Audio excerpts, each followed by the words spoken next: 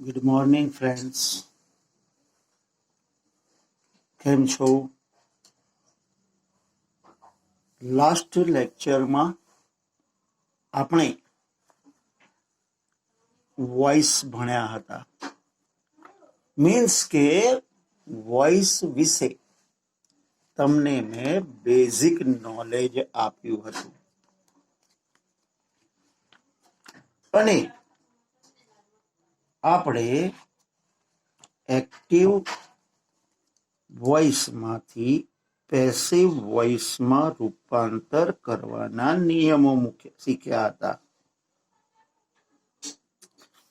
હવે આજે આપણે દરેક કાળનું એક્ટિવ વોઇસનું વાક્ય પેસિવ વોઇસમાં કેવી રીતે રૂપાંતર પામે છે એ શીખવાનું છે. મિત્રો, જે રૂલ્સ મેં તમને કહ્યા હતા એ રૂલ્સ મુજબ જ દરેકે દરેક કાળનું એક્ટિવ વોઇસમાંથી પેસિવ વોઇસમાં રૂપાંતર થશે.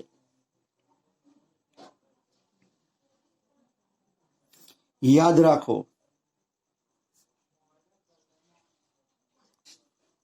3 રૂલ્સ એવા છે જે હકાર, નકાર, પ્રશ્નાર્થ અને કોઈ પણ કાળ હોય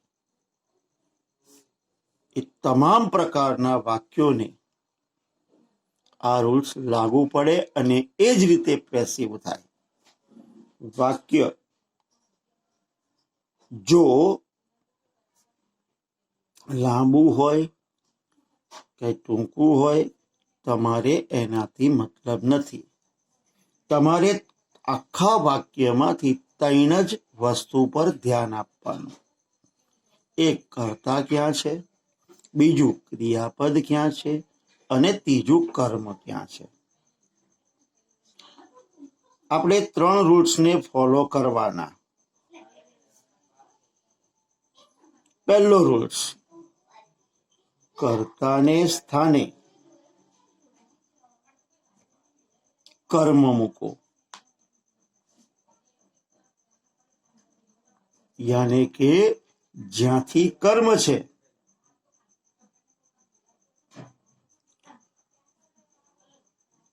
ત્યાંથી એને ઉઠાઈને તમારે કર્તાના સ્થાને લાવવાનું છે. રૂલ્સ નંબર 2, ક્રિયાપદમાં જો હેલ્પિંગ વર્બ હોય તો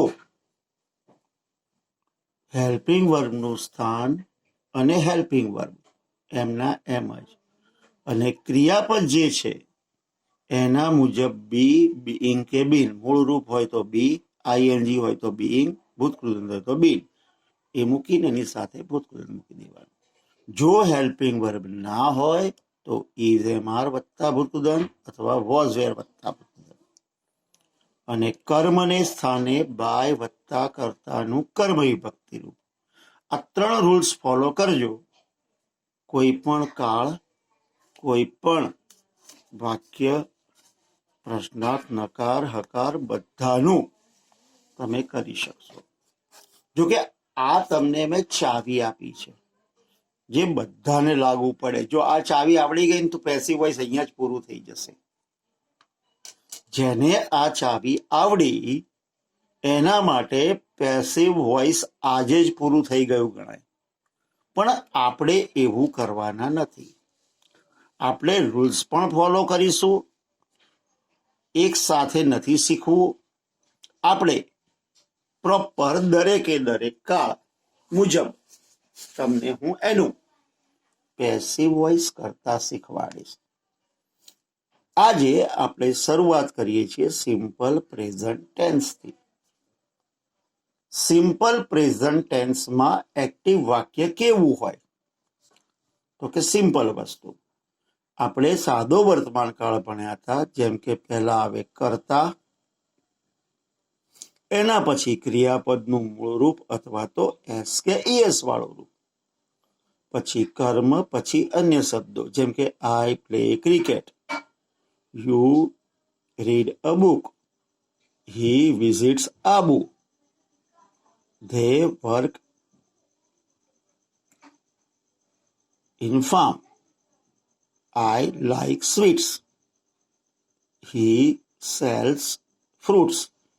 તો આ પ્રમાણે સાદા વર્તમાન કાળના વાક્યો છે. હવે એનું પેસિવમાં કેવી રીતે રૂપાંતર થાય? તો મિત્રો જો, પહેલો રૂલ્સ, કર્તાના સ્થાને કર્મ મૂકો. એટલે આ કર્તા હતું, એની સ્થાને શું મૂક્યું? કર્મ. રૂલ્સ નંબર 2, હેલ્પિંગ વર્બ હોય તો કે ભાઈ અહીંયા ક્યાંય હેલ્પિંગ વર્બ છે નહીં. જો તો કે સીધો જ નિયમ ઓલો લાગુ પડે કે હેલ્પિંગ વર્બ ના હોય તો is am are was were મૂકવું પડે. તો અહીંયા વર્તમાન કાળ છે, મૂળરૂપ અને એસકેએસ એ વર્તમાન કાળ છે, તો શું મૂકવાનું? ઇઝ એમ કે આર. એ કર્મ મુજબ મૂકવાનું. અને ભૂતકૃદંત, તો આ ભૂતકૃદંત. નેક્સ્ટ, કર્મને સ્થાને બાય વત્તા કર્તાનું કર્મ વિભક્તિ રૂપ અને પછી અન્ય શબ્દો. તો મિત્રો આ સિમ્પલ વસ્તુ છે જે તમારે ફોલો કરવાની છે. હવે તમને પરફેક્ટ ઉદાહરણ સાથે બધું સમજાવું, ધ્યાનથી જોજો મિત્રો. આ 10 વાક્યો જે છે એને ધ્યાનથી જોવો. હું દરેક વાક્ય તમને ડિટેલમાં પછી સમજાવીશ કે કેવી રીતે એનું પેસિવ થયું. આઈ ટીચ ઇંગ્લિશ, કર્તા ક્રિયાપદ કર્મ. વી રીડ બુક્સ, કર્તા ક્રિયાપદ કર્મ. યુ રાઇટ અ પોએમ, કર્તા ક્રિયાપદ કર્મ. સી ઇટ્સ મેંગોસ, કર્તા ક્રિયાપદ કર્મ. બધામાં એ જ પ્રમાણે છે. બીજું, આમાં ક્યાંય હેલ્પિંગ વર્બ નથી અને બધામાં મૂળ રૂપ કે એસ કે ઈએસ વાળું રૂપ છે. જો teach, read, write, eats, visits, bring, gives, watches, make, like. બરાબર. હવે આવું છે તો આપણે રૂલ્સ કેવી રીતે લાગુ પડે છે અને કેવી રીતે ગોઠવાય છે જુઓ. સૌથી પહેલા આપણે વાત કરીએ આઈ ટીચ ઇંગ્લિશ.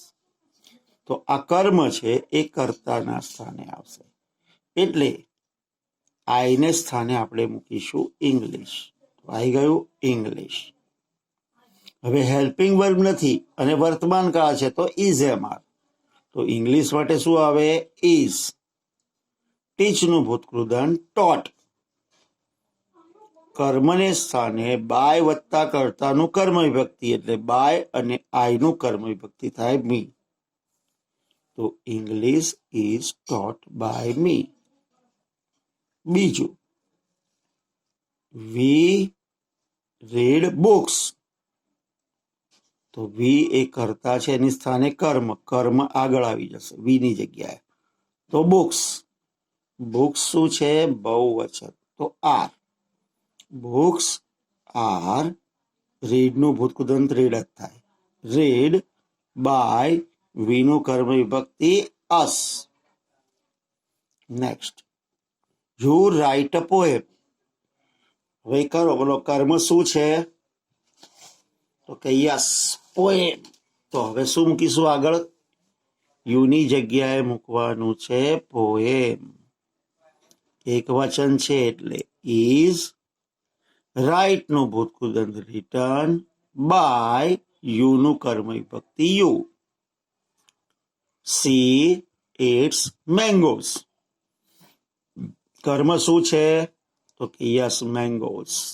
તો મેંગોસ ક્યાં આવશે? સી ના સ્થાને, મીન્સ કે વાક્યમાં પ્રથમ. તો મૂકી દો મેંગોસ. હવે મેંગોસ શું છે? બહુવચન. તો ઇઝ એમ કે આર, તો કે આર. તો કે મેંગોઝ આર. ઈટ નું ભૂતકૃદંત ઈટન બાય સી નું કર્મ વિભક્તિ થાય હર. નેક્સ્ટ, હી વિઝિટ્સ આબુ. તો આબુ આવશે હી ની જગ્યાએ, આબુ એક વચન એટલે ઇઝ, તો કે આબુ ઇઝ. વિઝિટ નું થઈ જાય visited by him. They bring fruits. Fruits ધેની જગ્યાએ ફ્રૂટ્સ બહુવચન છે એટલે આર, તો ફ્રૂટ્સ આર બ્રિંગ નું થાય brought, brought by them. Cow gives milk. કાઉની જગ્યાએ આવશે મિલ્ક. મિલ્કમાં એક વચન બહુવચન ના હોય, એક વચનની જેમ જ વર્તે એટલે ઇઝ, તો મિલ્ક ઇઝ. ગીવ નું થઈ જાય given by cow. Seema watches TV. તો સીમાની જગ્યાએ આવશે TV. TV is watched by Seema. Children make toys. ચિલ્ડ્રનની જગ્યાએ આવે ટોયસ. ટોયસ બહુવચન છે એટલે આર, તો toys are made by children. You like sweets. યુની જગ્યાએ આવશે સ્વીટ્સ.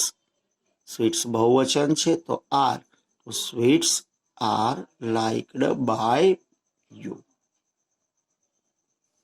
મિત્રો, આ સિમ્પલ વાક્ય હતા કે જેમાં કર્તા ક્રિયાપદને કર્મ હતું. હવે સહેજ લાંબા વાક્ય જોઈએ આપણે. એટલા માટે લાંબા કે જેમાં કર્તા ક્રિયાપદ કર્મની સાથે બીજા અન્ય શબ્દો હોય, તો એ વખતે કઈ રીતે ઓળખવું, આપણે એની પણ ચર્ચા કરીએ. જો અહીંયા ધ્યાનથી હવે આ જે 5 વાક્યો છે એ જો કેવા થોડાક લાંબા છે, જેમાં અન્ય શબ્દો ને બધું છે, એટલે મેં આ ખાસ એટલા માટે જ કહ્યું કે પછી ઓળખવામાં કઈ મિસ્ટેક ના થાય એટલા માટે. જો પહેલું વાક્ય, we celebrate Diwali every year. હવે મિત્રો, આમાં છે ને જ્યારે બહુ લાંબા વાક્યો હોય ત્યારે છે ને ક્રિયાપદ પહેલા પકડી લેવાનું, બધું ખબર પડી જાય. જેમ કે દાખલા તરીકે અહીંયા છે સેલિબ્રેટ, તો કોણ સેલિબ્રેટ કરે છે? વી, તો આ કર્તા. શું સેલિબ્રેટ કરે છે? દિવાળી, તો આ કર્મ. તો આપણે કર્તાની જગ્યાએ કર્મ એટલે કે વી ની જગ્યાએ મૂકવાનું દિવાળી. આવી ગયું દિવાળી. વર્તમાન કાળ છે એટલે ઇઝ એમઆર, તો દિવાળી એક વચન એટલે ઇઝ સેલિબ્રેટ નું બહુવચન સેલિબ્રેટેડ. બાય વી નું થાય અસ. આ અન્ય શબ્દ એમના એમ. Every year Diwali is celebrated by us every year. Rohan visits his village every month. શું છે? તો કે યસ. આપ્યું છે શું આપણને? તો કે વિઝિટ. કોણ વિઝિટ લે છે? તો કે રોહન. શેની વિઝિટ લે છે? તો કે હિઝ વિલેજ, એના ગામડાની. તો હિઝ વિલેજ એ ક્યાં આવશે? રોહનની જગ્યાએ. હવે મિત્રો, અહીંયા મેં જો રોહન્સ વિલેજ લખ્યું છે, તો બધાને એમ થતું હશે કે સાહેબ હિઝ વિલેજ કહ્યું તું ને? તો કે હા, હિઝ વિલેજ જે છે ને, હિઝ એ શું છે? સર્વનામ છે, બરોબર. હવે હિઝ જે છે એ ક્યારે આવે? તો કે હિઝ એટલે કોનું, એનો ઉલ્લેખ આપણે જ્યારે એક્ટિવ વાક્યમાં કર્યો ત્યારે રોહન આગળ કરી દીધું હતું, એટલે અહીંયા હિઝ નો મતલબ થાય રોહનનું ગામ, કેમ કે આગળ રોહનનો ઉલ્લેખ થઈ ગયો.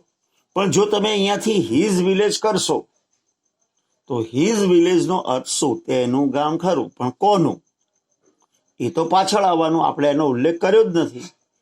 તો આગળના કર્તાની જગ્યાએ જે કર્મ મૂક્યું એમાં આપણને હિઝનો મતલબ થાય રોહન્સ વિલેજ. તો એ આગળ લાવી દીધું કે રોહન્સ વિલેજ ઇઝ વિઝિટનું વિઝિટેડ બાય હિમ. હવે અહીંયા રોહનને હી કર્યો અને એનું થઈ ગયું him every month. My father gives me a gift on my birthday. હવે અહીંયા કરતા કોણ છે? તો કે ગીવ એટલે આપવું. કોણ આપે છે? My father. તો એ કર્તા. શું આપે છે તો કે ગિફ્ટ, એ કર્મ. કોને આપે છે તો કે મને, એટલે એ બી કર્મ. તો મિત્રો અહીંયા બે કર્મ છે. એક કર્મ છે જે પ્રાઇમરી અને બીજું સેકન્ડરી. હવે અહીંયા ક્રિયાપદ પછી તરત મી છે, તો એ મુખ્ય કર્મ અને બીજું સેકન્ડરી કર્મ. તો તમારે કયું કર્મ આગળ લાવવું? તો કે મિત્રો રૂલ્સ મુજબ બંને કર્મ તમે કરીને આગળ લાવીને તમે વાક્યને પેસિવ કરી શકો છો. તમે મીને પણ લાવીને પેસિવ કરી શકો, ગિફ્ટને પણ લાવીને કરી શકો. હું પહેલા તમને મીને લાવીને કરીને બતાવું કે મી છે એ કર્તાને સ્થાને આવશે. તો મી એ કર્મ વિભક્તિ છે. જ્યારે એ કર્તાને સ્થાને આવે એટલે આઈ થઈ જાય.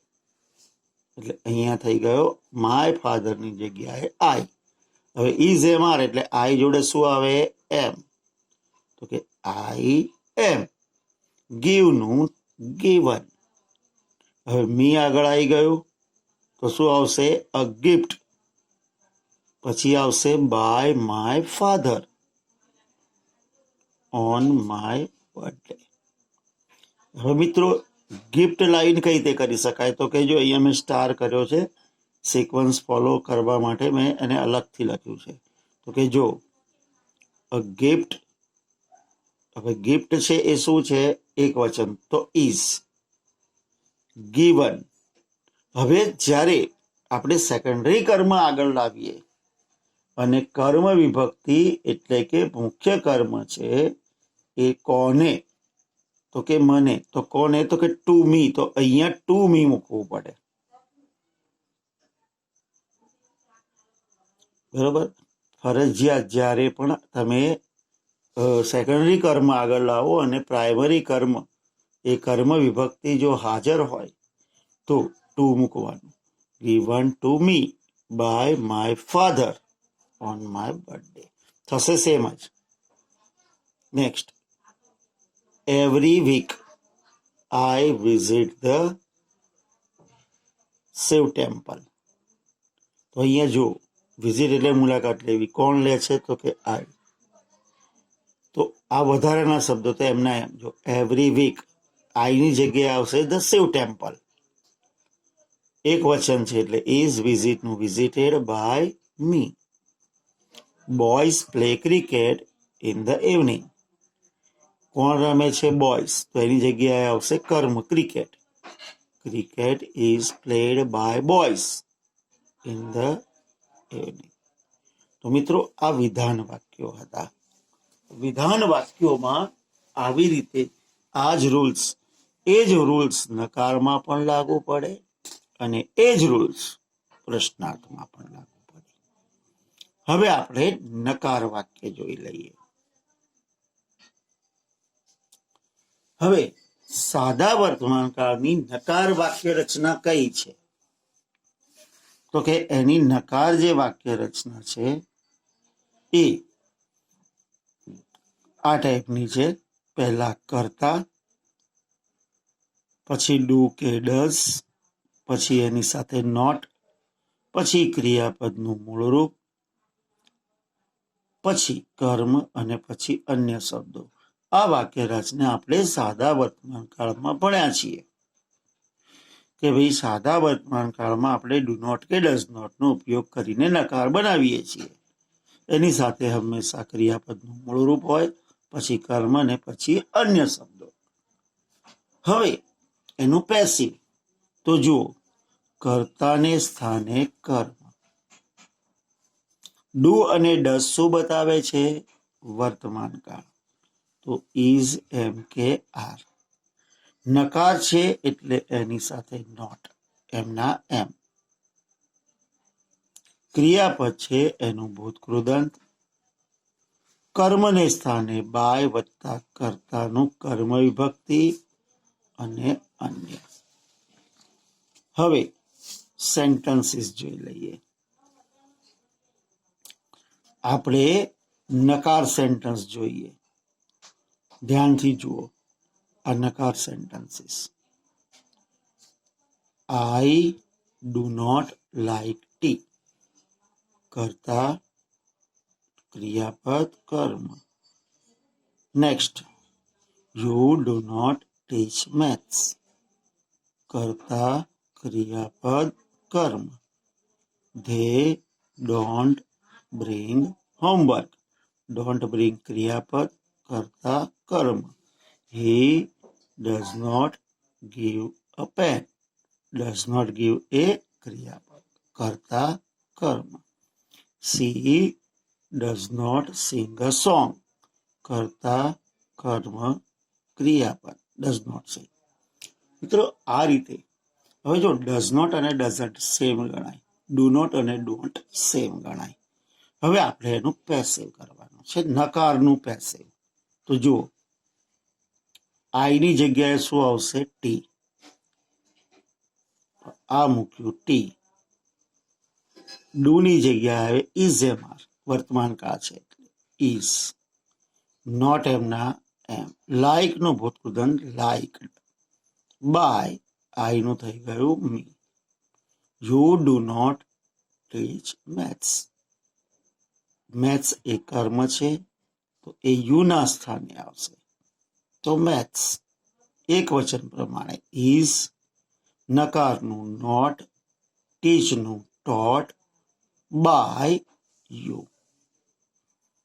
They don't bring homework.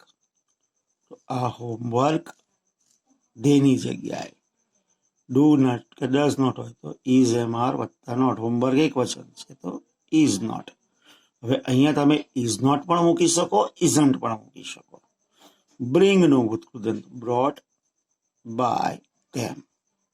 Next,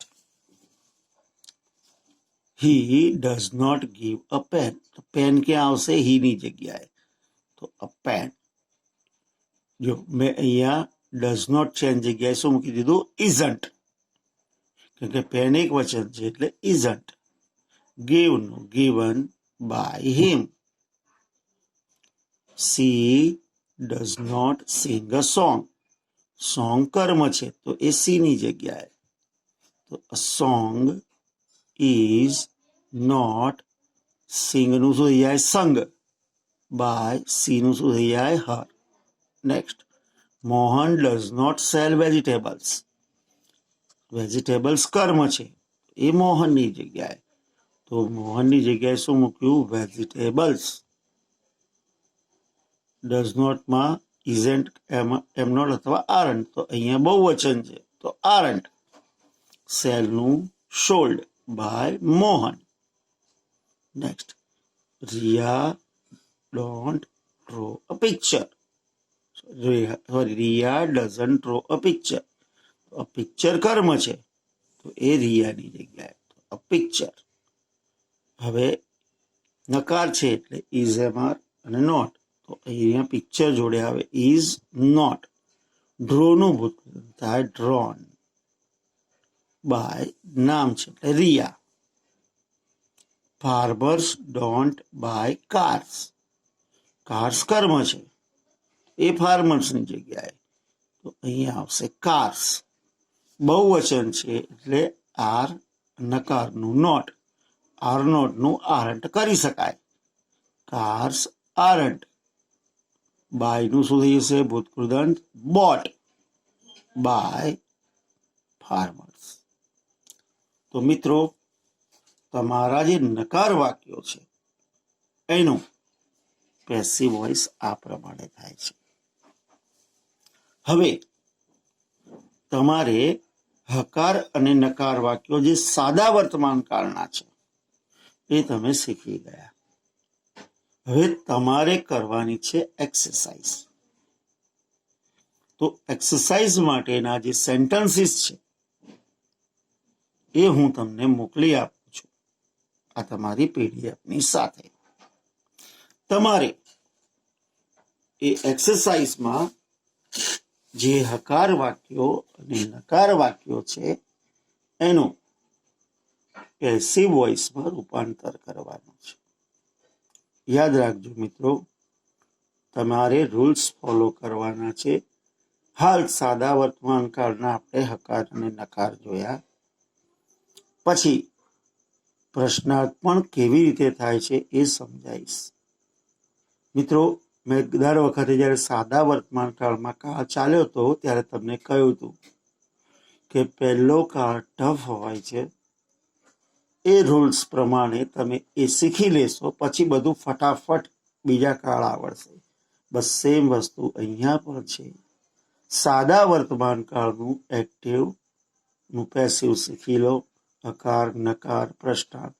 પછી ઓટોમેટિક જ્યારે બીજા કાળ આવશે તો લગભગ દરેકમાં એક એક સેશનમાં તમે પેસિવ વોઇસ શીખી જશો.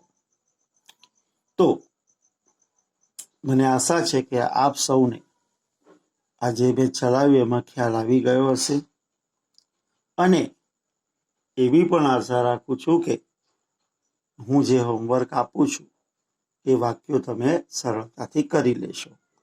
અને આમ છતાં પણ કંઈ પણ પ્રોબ્લેમ થાય, કંઈ ના આવડે, તો તમે મને વોટ્સએપ પર મેસેજ કરી પૂછી શકો છો.